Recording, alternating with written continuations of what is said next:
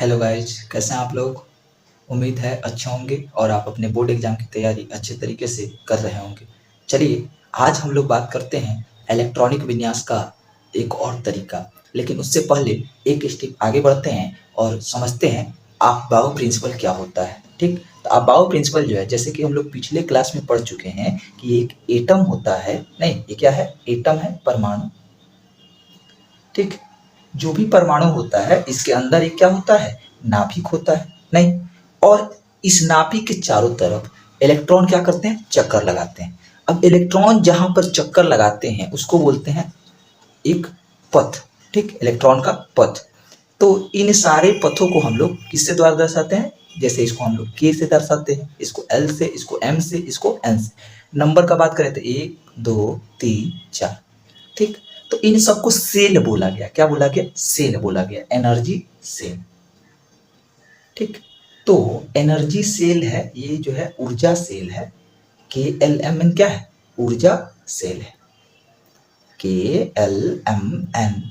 ठीक, एक साइंटिस्ट आते हैं अबाउ और वो बताते हैं कि ये जो सेल हैं इनके अंदर भी कई सारे कोठरी बनी होती है जिसको हम लोग सब सेल बोलते हैं। ठीक, क्या बोलते हैं? उपकोष। इंग्लिश में बोलते हैं सब सेल। ठीक, तो बोले कि पहला जो की कक्षा है इसमें केवल एस होता है। ठीक, इसमें एस भी होता है, पी भी होता है। इसमें एस भी होता है, पी भी होता है, डी भी होता है। और चौथा कक्षा होगा, एस भी होगा, पी भी होगा, डी भी होगा, एफ होगा। अभी तक जितने सारे एलिमेंट खोजे गए हैं इसमें इनसे काम हमारा बन जाता है। ठीक, तो उप सेल कौन कौन सा हुआ जी? एस हुआ, पी हुआ, डी हुआ, एफ हुआ। ठीक, जिसमें के कोष में, के सेल में केवल एस होगा, केवल एस होगा। एल में एस भी होगा, पी भी होगा। एम में एस होगा, पी होगा और डी भी होगा। एन में कौन कौन सा होगा? एस भी होगा, पी भी होगा, डी भी होगा और एफ भी होगा। ठीक, चलिए अब जानते हैं कि आखिर जो, अच्छा आपको तो ये भी पता है कि के सेल में टोटल कितने इलेक्ट्रॉन होते हैं? 2। एल सेल में कितने इलेक्ट्रॉन होते हैं? 8। फॉर्मूला तो मैंने बताया था ना पिछले वीडियो में आपको, 2n²। इसमें कितने होते हैं? 18। इसमें कितने होते हैं? 32। नहीं, अब इतने इलेक्ट्रॉन हैं तो इस सेल के अंदर है। अब सेल के अंदर बहुत सारी सब सेल हैं, उपकोष है। तो उपकोष के अंदर इलेक्ट्रॉन की व्यवस्था कैसे होती है इसको समझते हैं। तो सबसे पहले एस सब सेल बनाते हैं। तो इसमें एक बॉक्स होता है। ठीक, इसमें एक इलेक्ट्रॉन और 2 इलेक्ट्रॉन होता है। इसमें कितने इलेक्ट्रॉन होते हैं? 2 इलेक्ट्रॉन होंगे।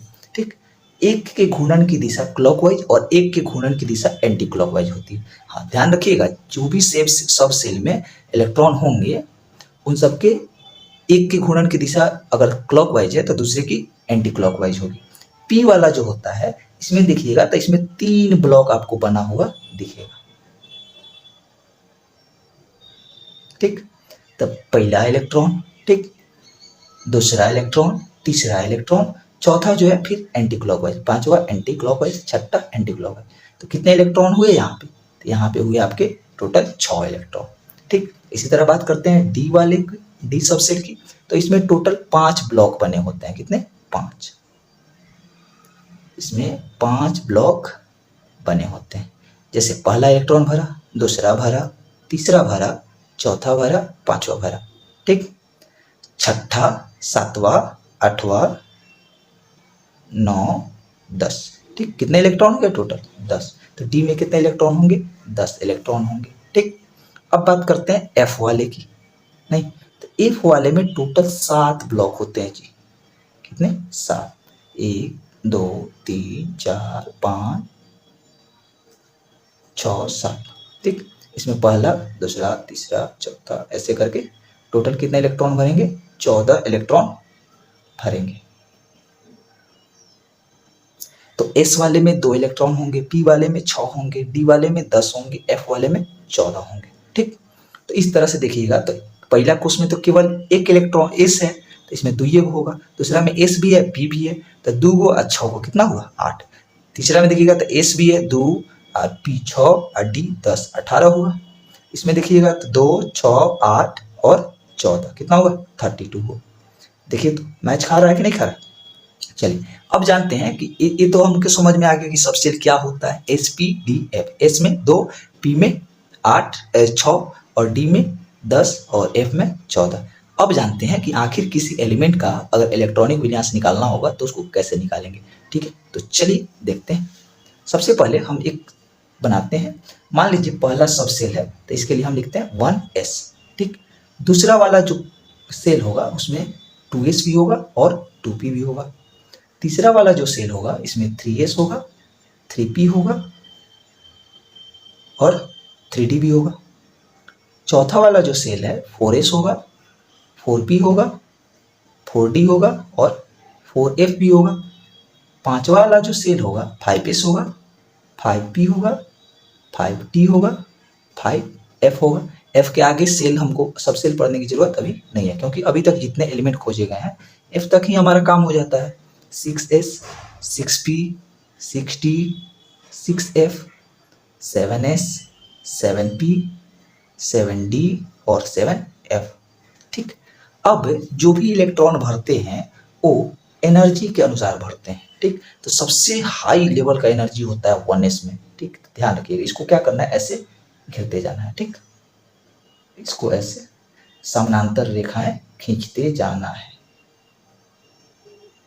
ठीक, फिर इसको समानांतर रेखाएं ऐसे खींचेंगे, 5s से होके गुजरेगा। ये वाला देखिएगा तो ये 4d से होके गुजरेगा कुछ इस तरह से। फिर ये वाला कुछ इस तरह से होके गुजरेगा। तो इधर से देखिएगा तो ये ऐसे जाते हैं। ठीक, अब देखिएगा जिस दिशा में होगा ना वैसे करना है। सबसे पहला किससे गुजरा है, 1s से गुजरा है। फिर देखिए, फिर यहाँ से चल के आया यहाँ पे, फिर किससे गुजरा, 2s से। फिर देखिए यह चल के फिर यहाँ पे आया, फिर किससे गुजरा, 2p से। फिर इसी तरह 3s से, फिर 4s से, फिर 3d से, फिर 4p से, फिर 5s से। इतना काफ़ी है। इतना अगर आप याद रख लेते हैं, 1s 2s में तो 2 भरता है ना तो 2 लिख देते हैं। यहाँ पे भी 2 भरता है, p में 6 भरेगा, इसमें 2 भरेगा, इसमें 6, फिर 2, इसमें 10 भरता है, इसमें 6, इसमें 2। अगर इतना आप याद रख लेते हैं गारंटी के साथ जितने सारे आपके एग्जाम में इलेक्ट्रॉनिक विन्यास पूछे जाते हैं वो सब आप निकाल देंगे। चलिए एक एग्जाम्पल के तौर पर देखते हैं कि कैसे निकालते हैं। जैसे मान लीजिए कि हमें सोडियम का निकालना है। ठीक, सोडियम का कितना होता है जी, 11 होता है। यानी अगर इसका Z 11 है तो नंबर ऑफ इलेक्ट्रॉन भी कितने हुए, 11। तो 11 भरना हमको। तो सबसे पहले किसको भरेंगे, 1s2। कितने इलेक्ट्रॉन भर गए, 2, और कितने भरने हैं, 9। फिर किस में भरेंगे, 2s में। इसमें भी कितने भरे, 2। अब कितने भरने हैं, 7 और भरना है। फिर भरेंगे 2p, कितने भर दिए, 6 भर दिए। और कितने भरने हैं, 1 और भरने हैं। 3s में लास्ट वाले में कितना भरेंगे, 1 ही भरेंगे ना, क्योंकि ये अंतिम कोष का इलेक्ट्रॉन कितना है, अंतिम सबसेल में कितना इलेक्ट्रॉन उपस्थित है, 1 है ना। 3s है, अंतिम सेल में 1 इलेक्ट्रॉन है, तो वैलेंस इलेक्ट्रॉन की संख्या कितनी हो गई, 1। साथ साथ इसकी वैलेंसी भी कितनी हो गई जी, 1 हो गई। उम्मीद है आपको समझ में आ रहा होगा। चलिए एक और देखते हैं एग्जाम्पल। जैसे मान लीजिए हमको निकालना है आर्गन का। आर्गन कितना होता है, 18 होता है। अगर 18 होता है तो इसका परमाणु संख्या 18 है। नंबर ऑफ इलेक्ट्रॉन भी होंगे 18। अगर नंबर ऑफ इलेक्ट्रॉन 18 है नहीं तो इसका इलेक्ट्रॉनिक विन्यास किस तरह का होगा, 1s2, 2s2 नहीं, 4 भरे, फिर 2p6, फिर 3s2 कितने भर गए, 12 भर गए, फिर 3p6। अब देखिएगा तो टोटल भर चुका है। अब बताइए यहाँ पे बैलेंस इलेक्ट्रॉन का संख्या कितना हुआ, तो ये 3 जो है यही ना सेल है। तीसरा कक्षा में कई गो इलेक्ट्रॉन है, 2 अच्छो 8। यहाँ पर तीसरी कक्षा में कई गो इलेक्ट्रॉन था, 1 था। अंतिम कक्षा तीसरी कक्षा थी तो 1 इलेक्ट्रॉन था। तो यहाँ पे वैलेंसी कितनी हो गई। अब जब मैंने बताया था कि जब भी 4 से ज्यादा हो तो 8 में से 8 माइनस कर दीजिएगा, वैलेंसी हो जाएगी 0। ठीक, चलिए कुछ और देखते हैं। जैसे कि मान लीजिए हमको निकालना है मैग्नीशियम 2+ का। अब बताइए मैग्नीशियम का परमाणु संख्या होता है 12। अगर 2 चार्ज है प्लस चार्ज है, इसका मतलब 2 इलेक्ट्रॉन निकला है, तो टोटल नंबर ऑफ इलेक्ट्रॉन कितना होगा, तो 12 इलेक्ट्रॉन टोटल थे, इसमें से तो 2 निकल गया, तो 2 निकल गया तो कितना बचा, 10 इलेक्ट्रॉन बचा। अब इसका इलेक्ट्रॉनिक विन्यास जब आप खींचिएगा तो कैसे, 10 इलेक्ट्रॉन का ना खींचिएगा, तो हो जाएगा क्या 1s2 2s2 2p6, कितने इलेक्ट्रॉन हो गए 10 हो गए। तो यही इसका क्या हो जाएगा इलेक्ट्रॉनिक विन्यास हो जाएगा। इसका वैलेंस इलेक्ट्रॉन कितना है इसमें देखिए, तो अंतिम कक्षा में, दूसरी कक्षा है अंतिम कक्षा, 8 इलेक्ट्रॉन है। वैलेंसी कितनी होगी, इसकी वैलेंसी हो जाएगी 0। उम्मीद करते हैं आपको समझ में आ रहा होगा। होमवर्क में आप 1 से लेकर के 30 तक का इलेक्ट्रॉनिक विन्यास आज वाला जो तरीका बताए हैं इस तरीका से बनाना है और सबका बैलेंस ही लिखना है। ठीक है, ठीक है जी, आज के वीडियो में रहने देते हैं बस इतना ही। मिलते हैं फिर अगले वीडियो में। बहुत बहुत धन्यवाद।